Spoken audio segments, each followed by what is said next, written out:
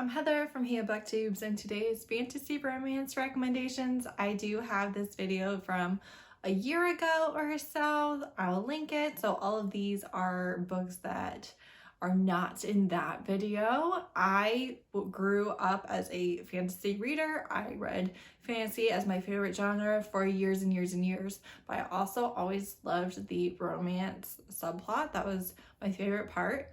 And so now that I'm a romance reader, I don't read fantasy as much, and sometimes it makes me sad. Honestly, a big part of it has been all of the fantasies that I've tried, for the most part, especially the fantasy romances, I've ended up really not liking, so I haven't had as many real hits in the last year or two, but these are the ones that I've read and loved. First one is A Heart, Blood, and Ashes, which is The Gathering of Dragons, #1 by Milla, Vane. This is my favorite current full-on fantasy romance series, and this is a very interesting world where the gods are very involved, and you also have this huge alliance because there is this demon guy, basically, who came through the world and destroyed everything and wiped people out, and nobody stopped him, nobody defeated him. He just kept moving across the globe. So he'd get to your area, he would destroy a bunch of things, you'd try and stop him, but he would keep moving, but he would also take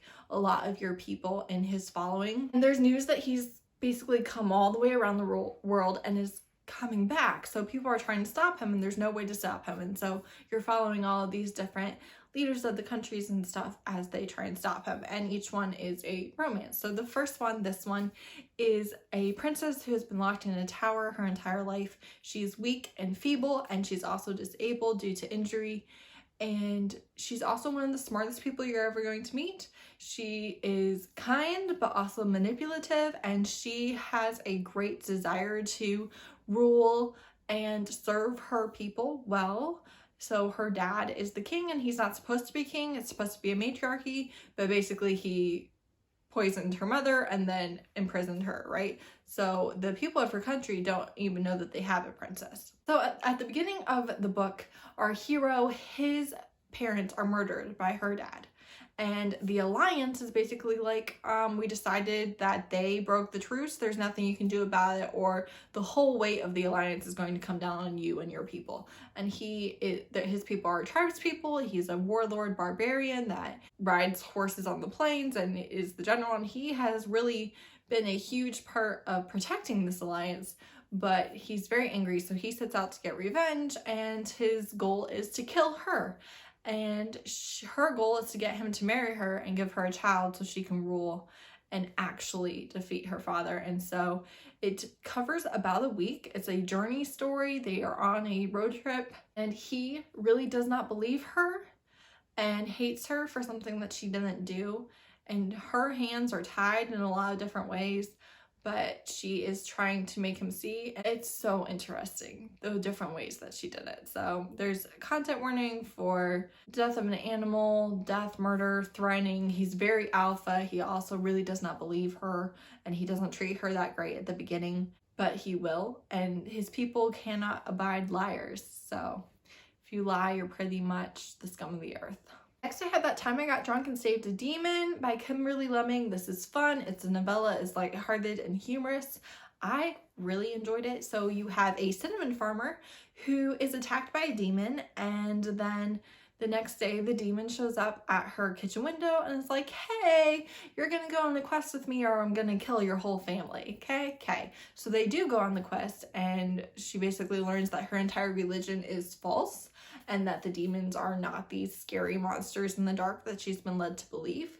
And they go through a swamp and stuff, and the demons definitely has a thing for her. They go on this quest. There is a city that they go to where the demons are kept as slaves, so there is slavery on page and some of the cruelty involved there. So if you don't want to read that, that's that.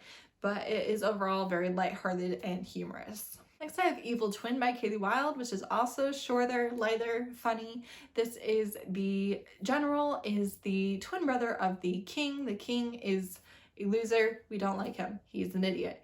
But the general promised his parents that he would not kill his brother, and because of that, he's really internalized in himself that he must be the evil twin because his own parents were like, hey, please don't kill your brother. The fact that his brother is wasted space has no bearing.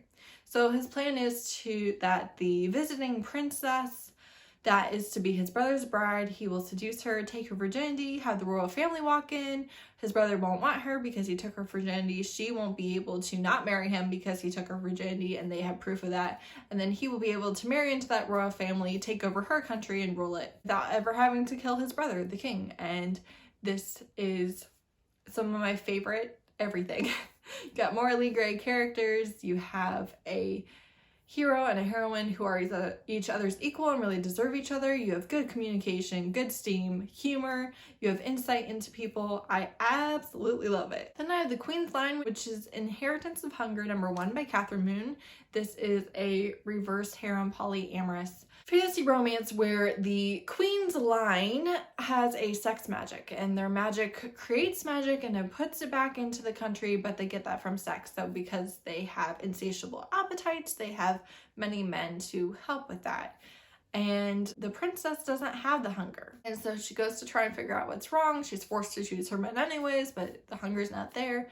And so they go on a journey to try and find out what's wrong with her magic, the political state of the kingdom, and whether or not they can actually have a relationship. I loved the balance between characters, steam, and political intrigue in this fantasy romance. It is very heavy on the sex, so if you don't want 50% smut, then this is not the one for you. This does have one male-male pairing in her group of men. It's also very interesting because everybody is a little bit different. I had a easy time telling them apart and knowing who was who.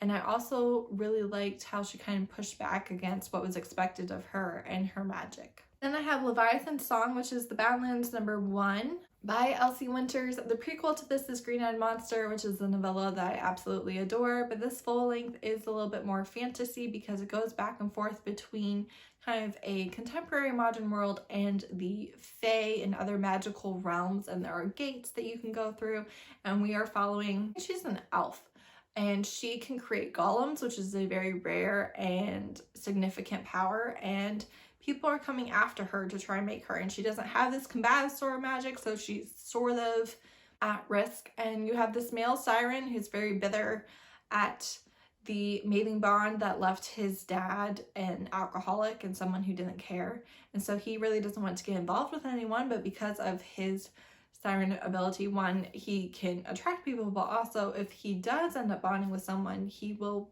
feel it. I think particularly because he's a male siren as opposed to female. But so it is their slow burn, but also instant love because they are immediately attracted to each other, but he's really trying to hold things off, and she really understands that, and it is just very kind and sweet and understanding about it. And you have this oceanic war that's going on. You've got people trying to force her to make golems for them. You've got power plays that are happening, and it also has some really good humor in it. I really liked all of the magical creatures in here. I would love to get the Grimm's story. I think that would be amazing.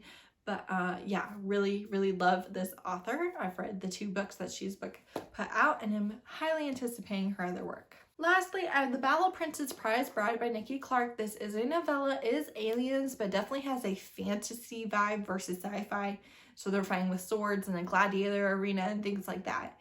And they're royals, so they fight for the right to rule and stuff, I think. And they also get these brides, and she's one of the prize brides, and he immediately picks her. She's a human. Nobody understands why he would want a human, but that's who he wants. And it's short, but good. There's secrets and betrayal all over the place, and I really enjoyed it as a short thing, because a lot of times I do love fantasy worlds, but I don't need a lot of world building. I don't need a long 1,000-page book. I just want the vibe without a lot of pages. So it's really good. I can't really tell you anything else because it is so short, but I just really liked it.